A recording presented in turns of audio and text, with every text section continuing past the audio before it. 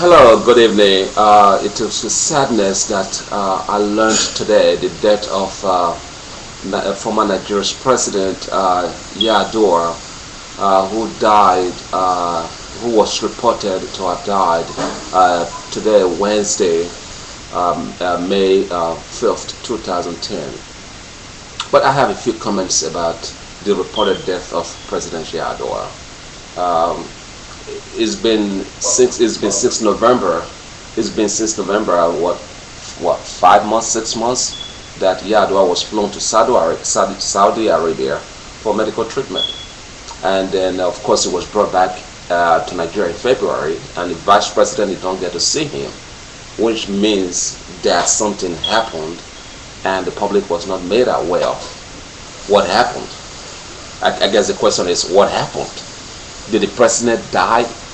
Did the president die in Saudi Arabia and was secretly brought to Nigeria because certain people didn't want the public to know that the president had died, and those certain people wanted to prevent Jonathan from becoming president, from becoming sworn in as president? There's a lot of secrets that will eventually come out. We know the secrets will come out. At least now that Yar'Adua is back back in charge of EFCC, we know the secret will definitely come out, because Yar'Adua, as far as I know, and as far as the grapevine is concerned, died a long time ago, and the announcement is just now being made. You can disprove that if you want, because the facts are out there. The vice president, now active president and soon to be president, said he never laid eye on the ailing president when he was brought back to Nigeria. He never saw him. The vice president even said the last time he spoke to Yar'Adua was in November when he was flown to Saudi Arabia. So if the vice president, who was not an enemy of the former president, did not know or did not get to see the president before he was pronounced dead, it means something was cooking behind the scene that the public was not made aware of. And what could that be? I'll tell you a little secret. It means certain people wanted to keep Jonathan as acting president. So when the election time comes, certain elements in the north, like the notorious Babangida or the former vice president, what's his name? What we know who he is, the former vice president under Obasanjo. So those guys could have a chance to run for president while keeping Jonathan under the shadow, inside the shadow, or in the shadow as vice president, without giving him a voice. I think what eventually happened is this. This is my version of what happened. I think Jonathan confronted the Yar'Adua cronies, friends, if you like, and said, look, you either make the announcement and tell the world that Yar'Adua is dead, or I will make the announcement myself. How do you like that? I think that's what happened, because Jonathan knows if he did not take this action, that events will outpace him, where he will be made irrelevant, where he will be marginalized.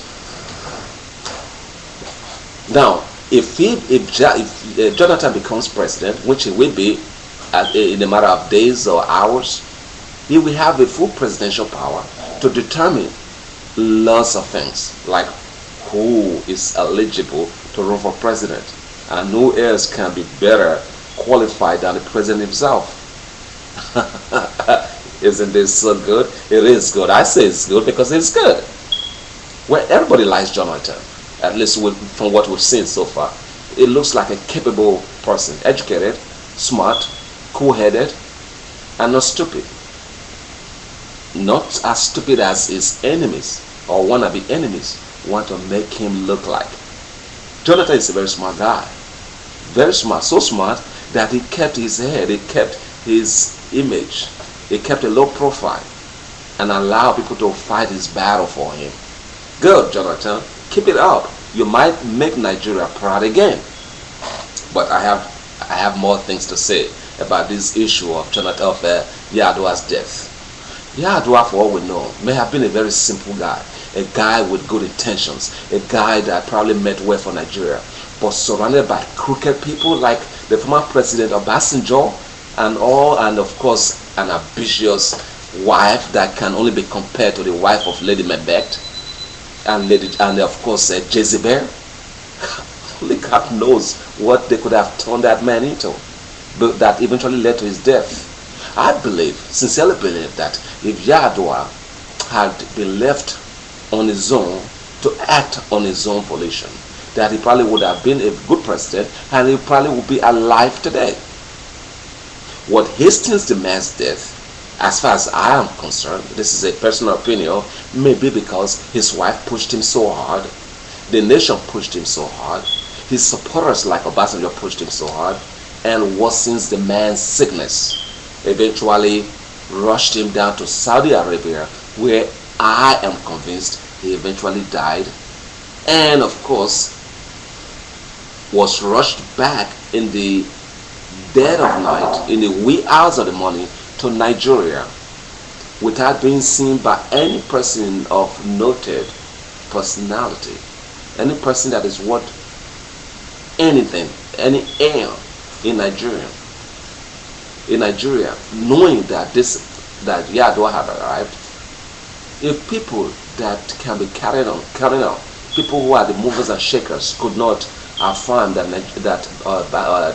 Yar'Adua arrived, or that is recovering, then it means Yar'Adua was already dead before he was flown back to Nigeria in an ambulance airbus that was loaned to the Yar'Adua family by the king of Saudi Arabia.